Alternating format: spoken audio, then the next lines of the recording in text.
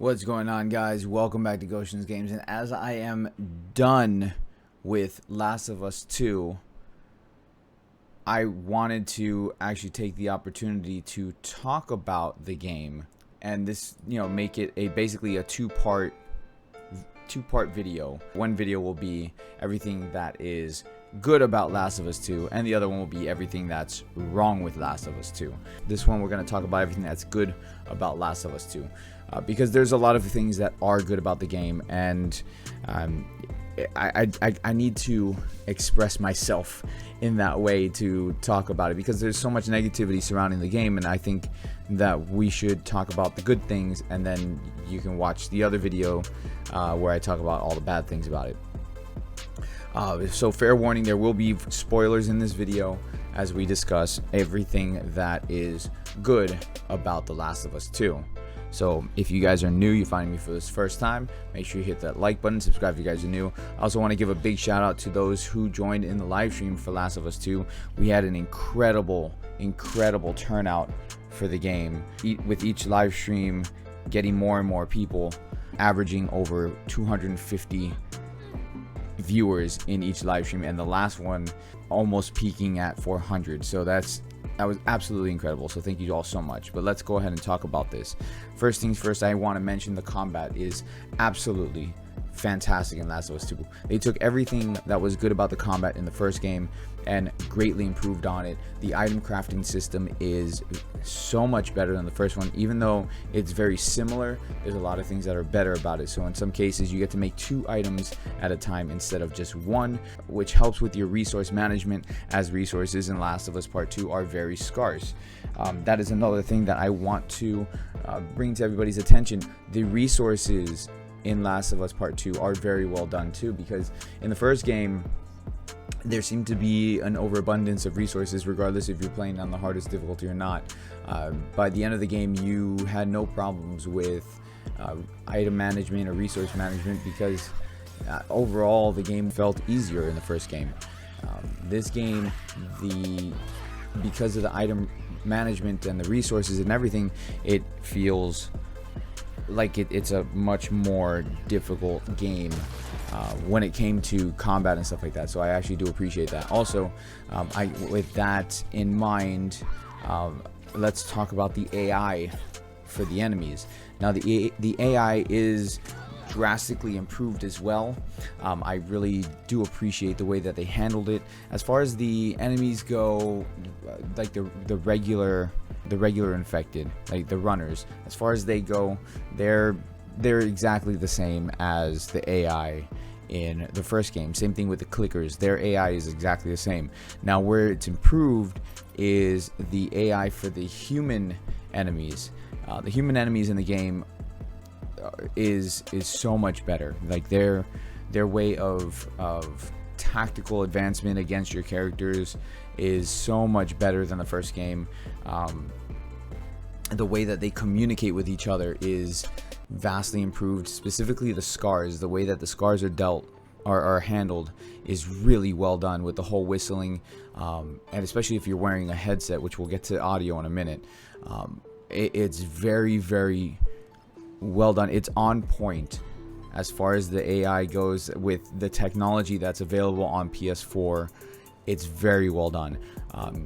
Are there improvements to be made? Yes, there's still improvements to be made, but the human AI is still very well done, to the point that it's kind of scary, especially considering how there's dogs in the game and they can hunt you down, they can smell your trail, which is, it's incredible the way that they did do that.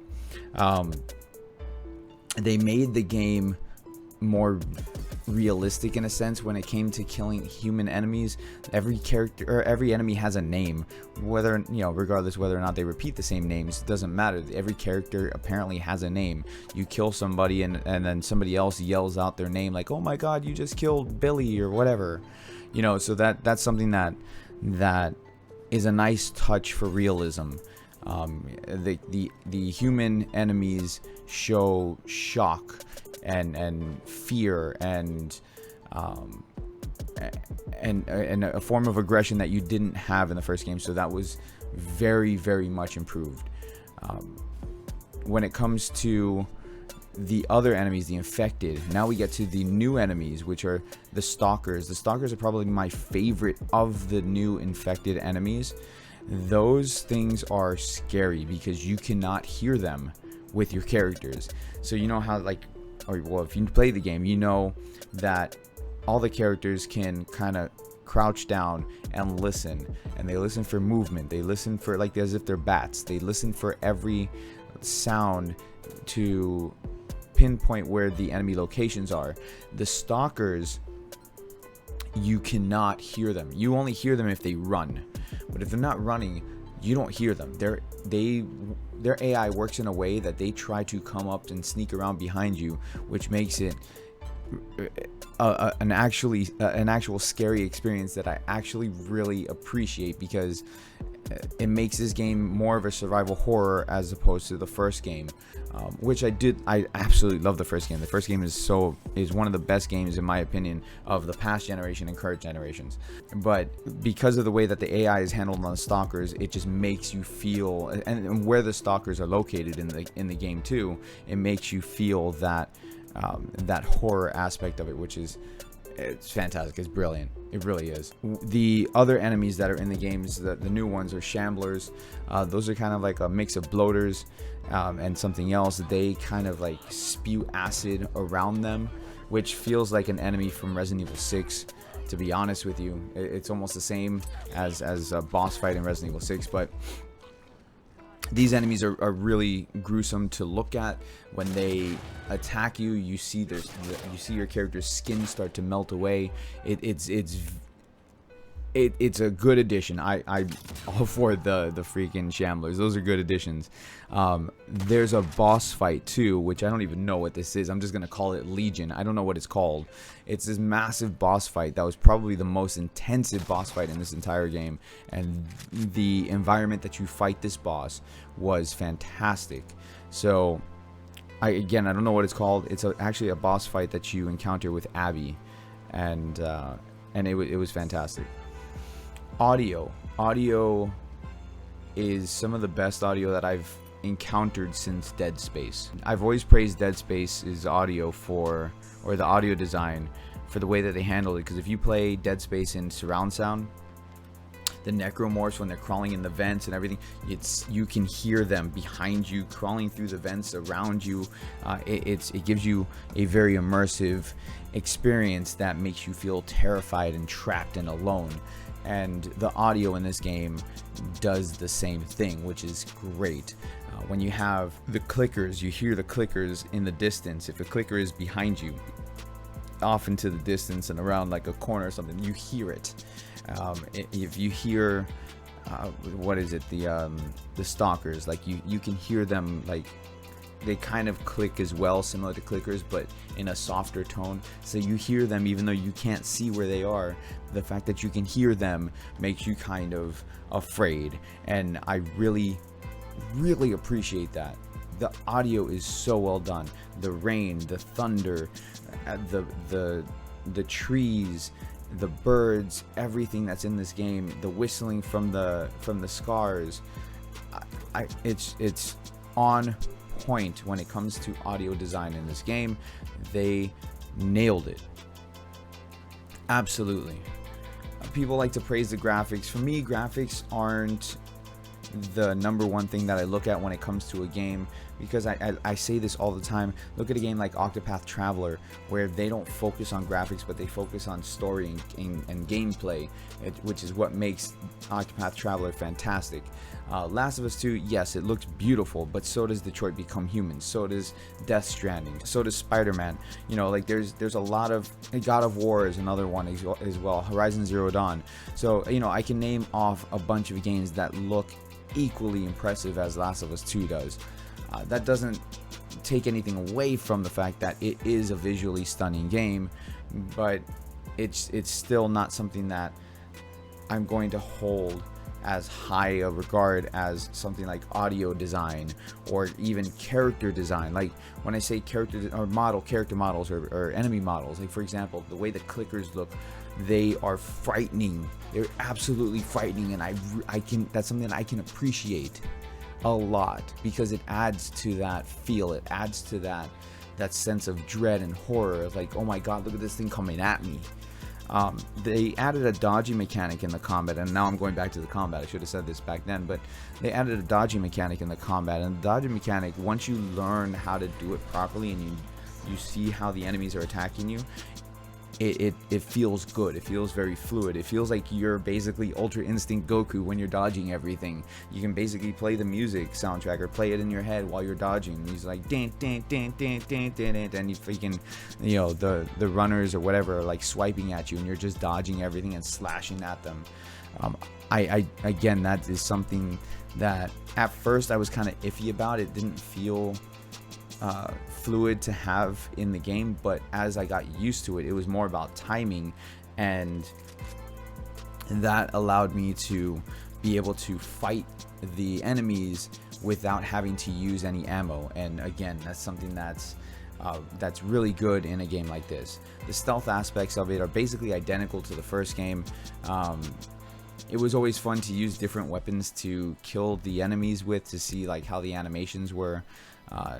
I also like to see how the different ways were handled for the character deaths, like your character's death, because it was one of those things where it's like, how much imagination did they put into the character's deaths? You know, is it going to be a generic character death, or is it going to be, you know, a different character or a different way to die every time like you get attacked from an enemy, whether it's a runner, a clicker, shambler, a stalker, and all that stuff, or like the regular enemies with the dogs, or, you know, like it's nice to see different ways of character deaths happen. Similar again, and I'm going to relate it to Dead Space, because if you never played Dead Space, you really should. Dead Space, they went all out on trying to find different ways to have Isaac's death scene play out if he dies.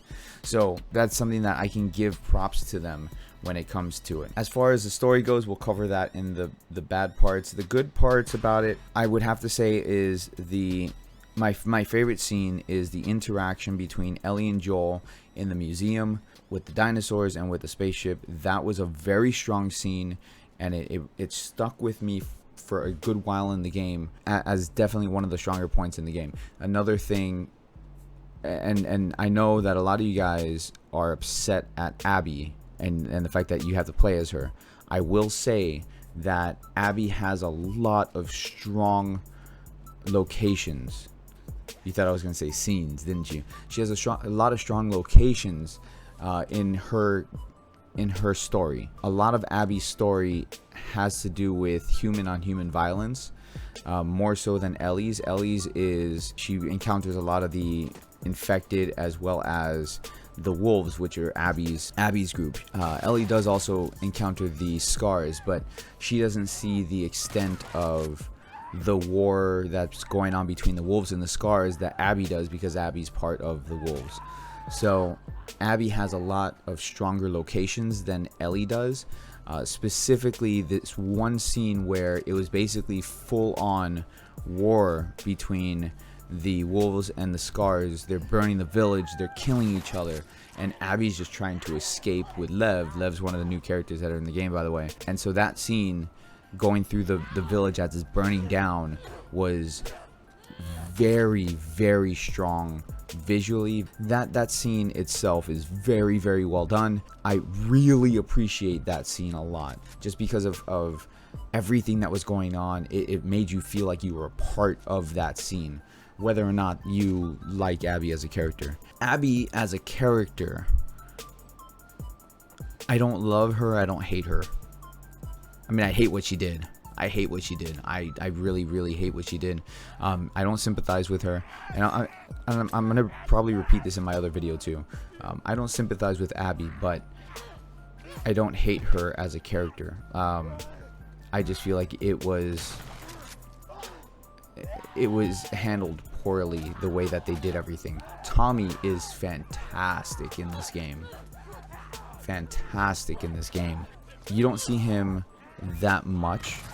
You see him in the beginning with Joel, and then you see him towards the end of Ellie's story, and then again towards the end of Abby's story. But where you see him is absolutely fantastic. There was a point in my live stream that we were talking about Tommy as we were going through, and we didn't know that it was Tommy. It was a sniper scene, where basically the sniper was killing every wolf and was trying to kill Abby, and eventually kills Manny, which I was super happy that Manny died. Oh my god, I was so happy that he died. And we didn't know it was Tommy until we saw it was Tommy. And at that moment, it was such a strong revelation that like that was Tommy the entire time, and everything that he's done it like actually makes me want a DLC for this game to be Tommy for like a 9-hour campaign. You give me that, you give me a 9-hour campaign of Tommy as DLC, this game will be so much better. There's a couple DLCs they could do that would make this game a lot better than what it is. Okay, like it would be at the point that the DLC would be better than the actual game itself. The ending, let's talk about the ending really quick, because the ending is something that the more that I think about it, the more that I actually like the ending of the game. The ending of the game leaves characters basically broken. Every single character is broken in this game. If they survived, they are broken. Okay? Basically, Ellie can't let go of her revenge. Even though Abby spared her, she can't let go of her revenge. And so you play another 2 hours as Abby and Ellie, not together. Like you start as Ellie in like an epilogue. She's got her happy ending with Dina.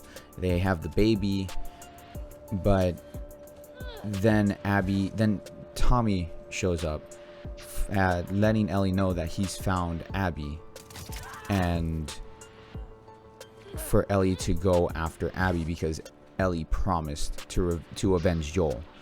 But Ellie, being the way that she is, she can't let it go, and then she leaves Dina and goes after Abby, which then we play as Abby, and Abby gets her shit fucked up. Okay, and at that point in the game, it goes back to Ellie, and Ellie's following Abby's trail. She finds Abby's trail. There's a new faction called the Rattlers or something like that. They're basically like hunters. They find other people, enslave them, and put them to work. And if you're caught trying to escape, they capture you, tie you to a pole, and leave you there to die. And so as Ellie is through this, she lets go of the prisoners, and the prisoners tell her that Abby, because she tried to escape, she was taken to the beach where she was tied up along with Lev. You get over there, and it's one of the stronger scenes in the game, and you see everybody who has been tied up, who is dead, just left to die on the beach, tied up to a pole, and they starve to death. Abby is one of them that is there. She's not dead, but she is so starved, malnutrition. She's no longer the beefy, woman that she was. Lev is there as well. Ellie cuts him down, and it leads to probably one of the worst fights that I've ever experienced in a video game. And I'll explain that in my other video, not this one. But the reason why I like the ending more and more as I think about it is because the ending of this game is a complete contrast to the first game. People get upset at the fact that Abby let Ellie survive, and then at the end of the game, Ellie lets Abby, and she lets her go. Ellie beats Abby and is about to kill her, and she lets her go. She breaks down crying, and Abby's broken. They're all broken. All three of those characters are absolutely broken women who are mere shadows of their former selves. And the reason why I like it is because, again, it's a contrast to the first game, where in the first game Joel didn't think twice about killing everybody to save Ellie. Joel didn't think twice about killing Marlene. So it's because of that is why I like the way that this ended. And some of you guys might not, and I understand why you wouldn't. It actually took me a little bit of thinking and understanding as to why I like this ending. The scene ends with Ellie trying to play guitar because Joel taught her how to play guitar, but now Ellie's missing 2 fingers from the fight with Abby, and she can't play guitar anymore because she's broken. She's lost everything. Dinah left her, and she's got nothing left. And the game ends showing the last scene of, which I don't like this scene, but I'll talk about that in the other video. The game ends with the scene of Joel and Ellie making up because Ellie had found out, through the years, Ellie found out what Joel did, and they finally made amends.